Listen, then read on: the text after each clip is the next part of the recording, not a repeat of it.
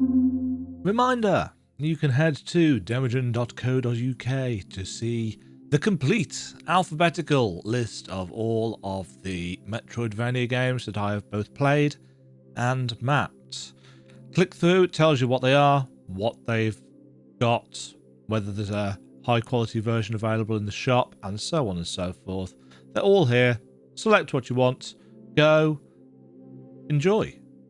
If you wish to support me further, you can head to my coffee.com page where you can donate, you can send me messages. The best way of getting in touch with me these days is to actually send me a message on coffee.com, because Twitter is, well, it's a hellhole, frankly.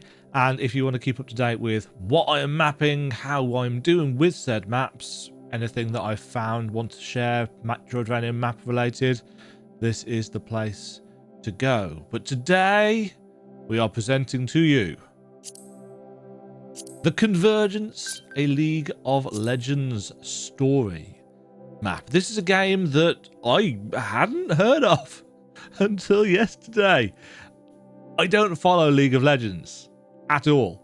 The closest I have come to a League of Legends experience was the excellent Netflix Arcane television show, and it is literally only because of that I even know who Echo, the main character of Convergence, actually is. It's an interesting game.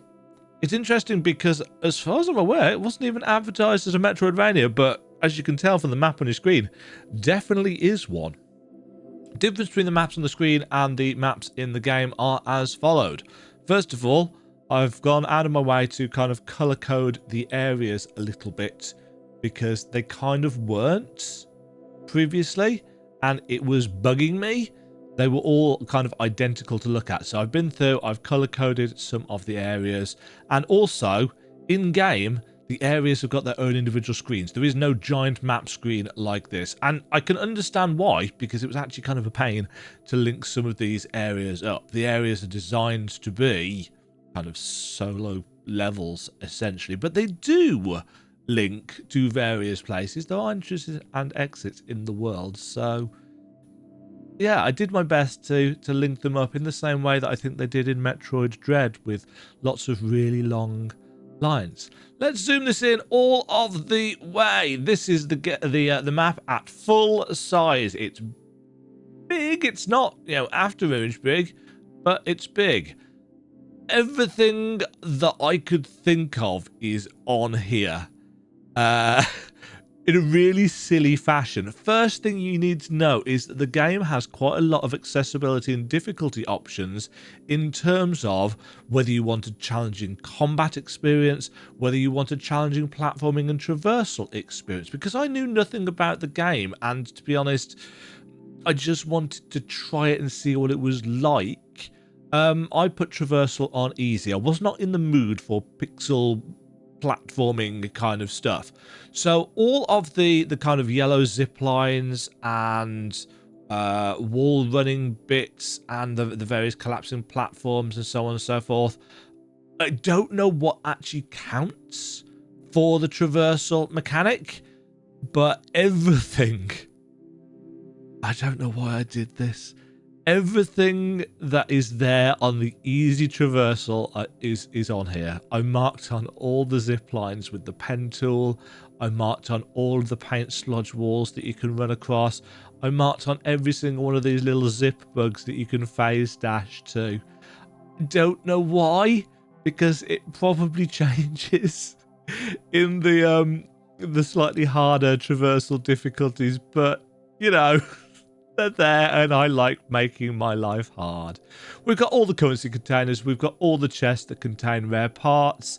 We have got all of the letters that you can pick up. We've got any kind of time winder jacks, I'm calling them. I'm sure they've actually got a proper name.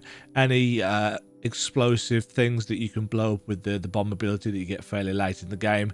Any whirring fans that you can slow down and slip through with Echo's time powers. Any of the little scrapbot thingies that you can chase down. All of the kaleidosalt, all of the kaleidolilies that help you change the colour of your character.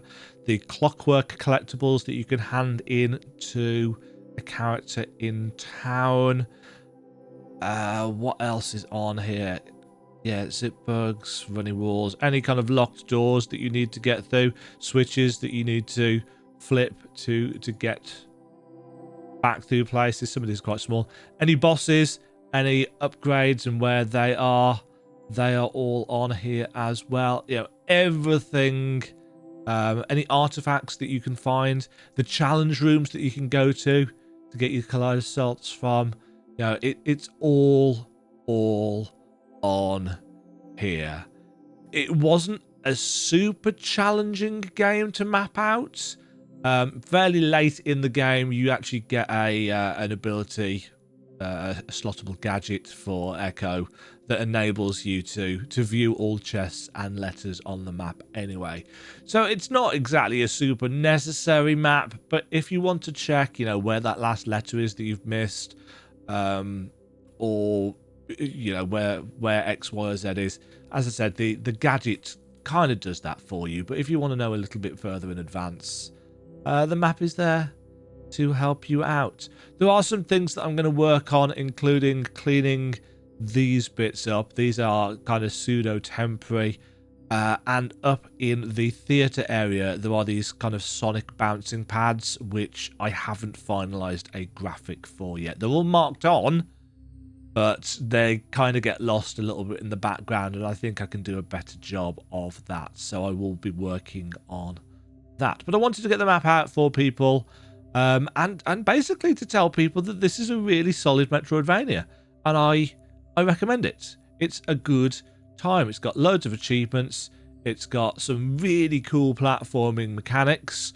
I really enjoyed it, and considering it came completely out of the blue, you know, I think it's a good time. It's got a decent narrative, even if you don't particularly care about anything League of Legends related. There's enough context just about for you to work out what's going on. Yeah, it's aimed more towards people that know the lore of Runeterra. But as I said, just having watched the Arcane TV show is enough for me to understand what is going on. The plot's a little bit hokey and cliche, but it's a Metroidvania game and you're mostly playing it for the exploration and fun and cool stuff to find. And there is some cool stuff and there is some challenge to be had here. The main kind of combat mechanic is very much a Prince of Persia Sands of Time style rewind mechanic, which in 99% of places worked great. It did not work great in this challenge room up here. Do not do this challenge room if you're going for the Deathless achievement, because there's a lot of bull in that room and it got really frustrated. It was the only time that I died in the entire game on the easy difficulty. And I died like 4 times in there. That's how rough it was in comparison to everything else. If you've got any suggestions as to things that I can improve, if there's anything that I've missed, because as I said, I've only done one playthrough of this game. In all likelihood, by the time you see this video, the map might have changed anyway, but do please bear in mind that this map was made with the easy traversal option on. If you think I've missed something out in terms of traversal or platforming things, it's not been missed out, it's just probably wasn't on the version or the difficulty of the game that I played. I might try it on the higher traversal difficulty just to see what kind of difference it makes. The Convergence League of Legends story map. 2 versions of this available, as is my current norm. There is a JPEG version which is slightly smaller but will load nicely from the Google Drive.